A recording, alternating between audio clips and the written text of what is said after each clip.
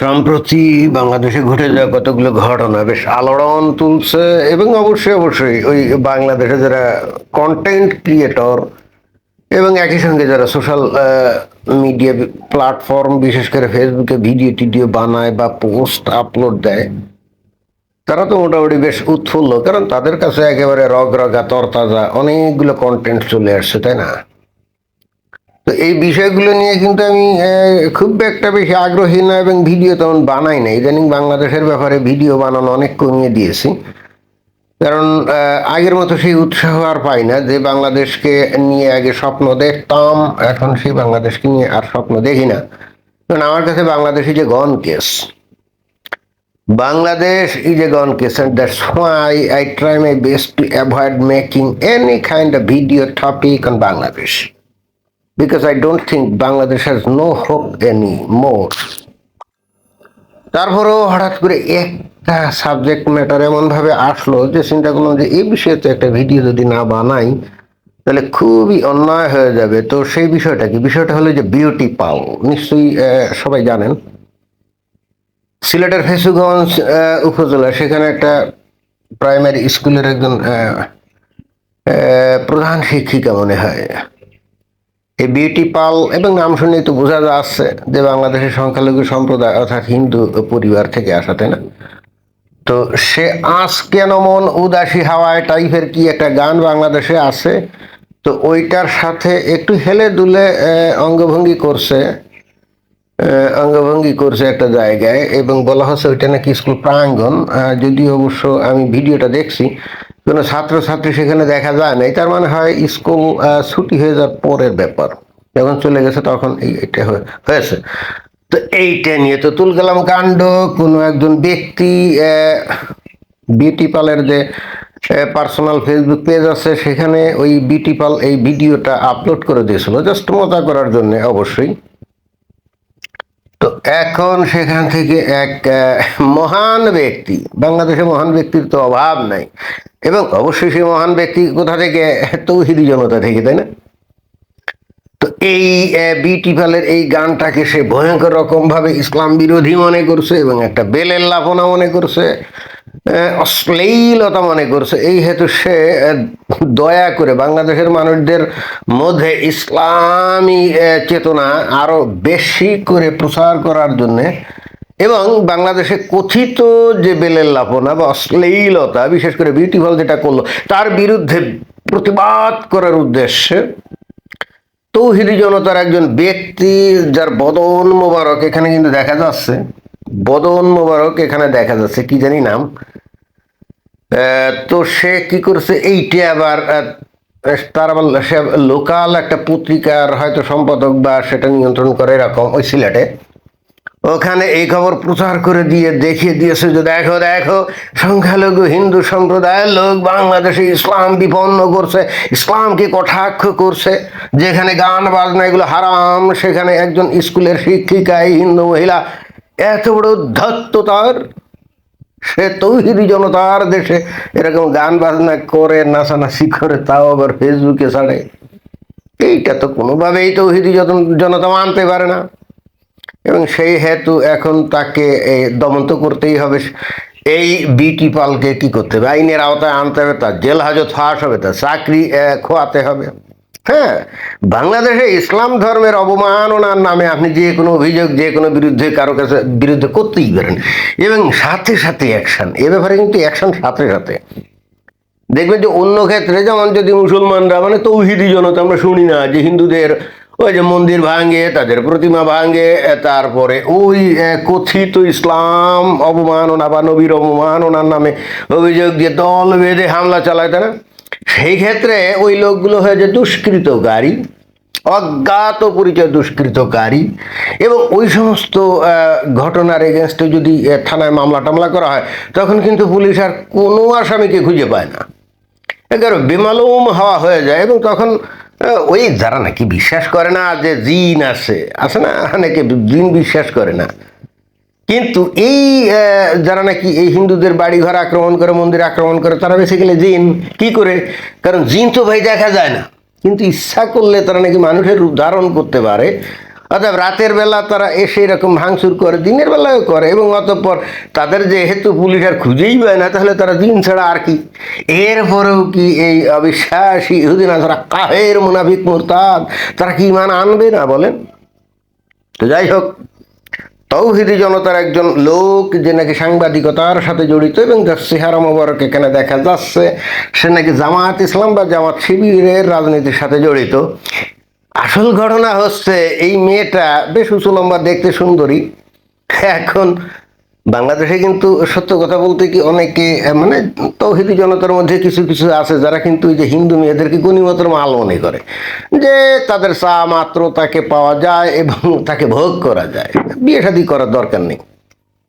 এরকম কিছু কিছু লোকজন আছে, এরকম ধারণা করে। তো তার মধ্যে মনে হয় যে এই তৌহিদি জনতার এই ব্যক্তিরও এরকম একটা খায়াস হয়েছে।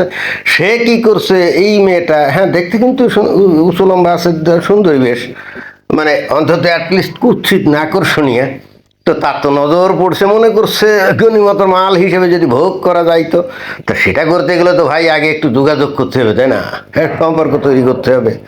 তাকে সহজ সরল শিকার মনে করে সে কি করছে, ফেসবুকে ওই প্রথমে অ্যাড লিস্টে মনে হয় যে রিকোয়েস্ট পাঠিয়েছে। এখন ওই মেয়েটা ওই রিকোয়েস্ট প্রত্যাখ্যান করছে, এবং এটাই কিন্তু সে ভয়ঙ্কর অন্যায় করছে। এত বড় দুঃসাহস! বাংলাদেশের তৌহিদি জনতার একজন মানুষ তাকে গনিমতের মাল হিসেবে ভোগ করতে চায়, হয়তোবা বলছি, কারণ এমনও হতে পারে তার ভিন্ন উদ্দেশ্য থাকতে পারে। তবে আমার কাছে যেটা মনে হয়, বাংলাদেশের যে পরিস্থিতি সাপেক্ষে যা ঘটে, তাতে গনিমতের মাল হিসেবে দেখা বা সেভাবেই পাওয়ার চিন্তা করা অস্বাভাবিক কিছু না। তো এখন মেয়েটা যখন এই ফ্রেন্ড রিকোয়েস্ট প্রত্যাখ্যান করছে, এটাকে সে ভয়ঙ্কর রকমভাবে তার ইগোতে আঘাত হিসেবে ধরছে, এবং একই সঙ্গে শিকার হাত ছাড়া হয়ে যাচ্ছে, এটাও তার মনে হতে পারে। এবং তখন এসে প্রতিহিংসা, জিজ্ঞাসার একটা প্রতিমূর্তি হয়ে তাকে ধ্বংস করার জন্যে, একেবারে জানে মানে ধ্বংস করার জন্যে ওই সে কিন্তু খবর ছাপিয়েছে। এবং খবর ছাপার সাথে সাথে অ্যাকশান, সাথে সাথে এই বিউটি কি পাল না, বিউটি পাল, তো এখন তার বিরুদ্ধে কিন্তু সাথে সাথে অ্যাকশান, কেস কারবার হয়ে তদন্ত হবে। এখন এই মোমেন্টে দেখলাম যে অনেক লোক এখন আবার এই বিউটি পার্লারের পক্ষে এসে সাফাই গাচ্ছে, না সে কি অন্যায় করছে, এটা তো খুব খারাপ কিছু না, তো এটার জন্য কিসের বিচার, বরং যে এই কাজটা করছে মানে অভিযোগ করছে তারই বিচার হওয়া উচিত, যে কোনোভাবে হোক। কেন জানি লোকজন আবার পাল্টে গিয়ে বিউটি পার্লারের পক্ষে চলে গেছে। এবং এই লোকটা যে নাকি তৌহিদি জনতার অংশ, তার সৎ উদ্দেশ্য সম্পর্কে মানুষ কিছুটা হলেও দেখলাম যে বুঝতে পেরে তার বিরুদ্ধে কথা বলছে। আর তখনই বাংলাদেশের প্রশাসন, যারা নাকি ভয়ঙ্কর রকম করিতকর্ম এবং স্মার্ট এবং দক্ষ, বিশেষ করে ইসলাম ধর্মের ব্যাপারে কেউ যদি কোনো কিছু বলে, কারণ তারা একেবারে সেকেন্ডের মধ্যে আসামি ধরে ফেলে। যেটা একটু আগে বলতেছিলাম যে হিন্দুদের ব্যাপারে তারা কিন্তু আসামি খুঁজে পায় না, কারণ তারা তো আসলে দিন। তো ঘটনাটা হচ্ছে এরকম। আসলে বাংলাদেশের সংখ্যালঘুদের বসবাস করা খুব টাফ হয়ে গেছে। আমি কিন্তু প্রায় একটা কথা বলতাম যে বাংলাদেশে যে হিন্দুরা বসবাস করে, দেখবেন যে খুব কৌশল করে এদের উপরে ঘটনা ঘটানো হয়। দেখেন যে একটা মেয়ে জাস্ট তার স্কুল শেষ হয়ে যাওয়ার পর একটা গান ছেড়ে দিয়ে হয়তো একটু হাঁটাহাঁটি করেছে, সেটা আসলে নাচও না, আমি দেখছি, সেটাও সহ্য হচ্ছে না। কারণ কি জানেন? কারণ হচ্ছে এই হিন্দুদেরকে তো আসলে গনিমতের মাল হিসেবে অনেক ক্ষেত্রে গণ্য করে কিছু লোক, এবং যারা নাকি এগুলো করে, এরা যে খারাপ কিছু করে এটা তো বাকি লোকগুলো তো এদেরকে বলে না, প্রতিবাদ করে না। খুব মেটিকুলাস ডিজাইনে বাংলাদেশে হিন্দুদের উপর অত্যাচার নির্যাতন করা হয়। যেমন এই মেয়েটাকে যেটা করা হলো, এটা কি অত্যাচার না? এটা কি অত্যাচার না? এইটা তো বেসিক্যালি একটা মেয়েকে ঘর থেকে তুলে নিয়ে যাওয়ার চাইতেও ভয়ঙ্কর অন্যায়। কারণ হচ্ছে এটার প্রতিক্রিয়া সারা বাংলাদেশ ব্যাপী পড়লো না। এই মেয়েটা যদি হিন্দু না হয়ে মুসলমান হতো, আমি একেবারে গ্যারান্টি দিয়ে বলতে পারি এর কিছুই হতো না, একে নিয়ে কি পোস্ট করতো না, কিছুই হতো না। এর অপরাধ ও হিন্দু, তারপরে ও যে গান গেয়ে গানের সাথে একটু হালকা নাচছে, সেটা অপরাধ না। ওর অপরাধ একজন মুমিন মুসলমান তাকে ফ্রেন্ড রিকোয়েস্ট করছে, অথচ সে প্রত্যাখ্যান করে। এত বড় দুঃসাহস! ওই মুমিনটা তো তারা মনে করেছে গনিমতের মাল, আর গনিমতের মাল হলো সহজলভ্য, চাওয়া মাত্রই হাজির থাকতে হবে। আর ও বলে কিনা আমি তোর সাথে বন্ধুত্বও করবো না, এই বেয়াদবি তো সহ্য করে যাবে না। এত বড় দুঃসাহস কি করে হয়? একজন মুমিন মুসলমান তাকে ফ্রেন্ড লিস্টে আহ্বান জানালেও পরে তাকে গনিমতের মাল হিসেবে হয়তো ভোগ করার খায়েশ আছে, আর এই মেয়েটার এত বড় দুঃসাহসটা প্রত্যাখ্যান করে, অর্থাৎ তার বিরুদ্ধে তো কিছু করতেই হবে। আর তাকে সহযোগিতা করার জন্য অটোমেটিক্যালি প্রশাসন কিন্তু রেডি, কারণ এই প্রশাসনের লোকজনও কিন্তু তাওহীদি জনতার অংশ। এরা তো ভিন গ্রহ থেকে আসে নাই, মঙ্গল গ্রহ থেকে আসে নাই, অথবা প্রক্সিমা সেন্ট্রাই এর কোনো গ্রহ থেকে আসে নাই, অথবা মহাবিশ্বের অন্য কোনো গ্রহ জগতের কোনো গ্রহ থেকে তো এরা আসে নাই। They are also from this Tawhidi Janata, right? And they also follow the doctrine of the Tawhidi Janata's doctrines that they follow. অতএব তাদের তো করিতকর্মা হতেই হবে। প্রশাসন খুব দ্রুত কাজ করে, তাই না? অথচ অন্য ক্ষেত্রে দেখবেন যে প্রশাসনের নড়ন চড়ন, বিশেষ করে হিন্দু সম্প্রদায়ের কোনো ক্ষয়ক্ষতি হলে দেখবেন যে কেস কারবার করলে তখন প্রশাসন আর জানিই না, এবং তখন দেখা যাবে যে আসামি সব উধাও হয়ে গেছে, অর্থাৎ তারা সব জিন। আরে জিনকে কি আর দেখা যায়, ধরা যায় বলেন? তো এই হলো ঘটনা।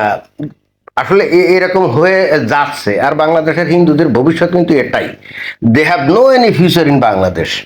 আমি জানি না বাংলাদেশের হিন্দুরা কি মনে করে, but they have no any future in Bangladesh. আর বাংলাদেশে হিন্দুদের উপর যে অত্যাচার নির্যাতনগুলো এত সূক্ষ্মভাবে হয়, যেগুলাকে আপনি ডাইরেক্টলি বলতে পারবেন না যে অত্যাচার নির্যাতন। যেমন এই মেয়েটার উপরে যেটা করা হলো, মুসলমান হলে কিন্তু কিছুই হতো না, হিন্দু হওয়ার কারণে এটা হয়েছে। তো এটা কি নির্যাতন না? এটা এবং এই নির্যাতন দেখে দেখেন এমন একটা ঘটনা, যে ঘটনা দ্বারা গোটা বাংলাদেশের হিন্দু সম্প্রদায় কিন্তু ভীত সন্ত্রস্ত হয়ে গেল। কত সূক্ষ্ম কৌশল দেখছেন। তারপরে ওই কথিত ইসলাম অবমাননার ঘটনা যখন ঘটায় মুমিন মুসলমানরা, তখন কি করে যে ভাঙচুর, আগুন জ্বালাও, মানে এমন অবস্থা করে, তারপর সেটা প্রচার করে। উদ্দেশ্য গোটা বাংলাদেশের হিন্দুরা যেন ভয়ে সন্ত্রস্ত হয় এবং তাদের জায়গা সম্পত্তি ছেড়ে বাংলাদেশ থেকে ভেগে যায়। এরপরে এই মুমিন মুসলমানরা যারা নাকি হিন্দুদের বাড়ি ঘরে আক্রমণ করলো, তারা সে কি বলবে জানেন? বাংলাদেশের হিন্দুরা আছে মহাসুখে, এই দুনিয়াতে অন্য কোনো দেশের সংখ্যালঘুরা এত শান্তিতে থাকে না যেটা নাকি বাংলাদেশে আছে। ভাই, আমি বাংলাদেশের মানুষ না, আমি জানি না এখানে লোকজন কি করে। আমি তো এদেরকে রন্ধ্রে রন্ধ্রে, রক্তে রক্তে, অস্থি মজ্জায় চিনি। আমি তাদের বৈশিষ্ট্য, তাদের চরিত্র, স্বভাব আমি তো ভালো করে চিনি, জানি। ধন্যবাদ।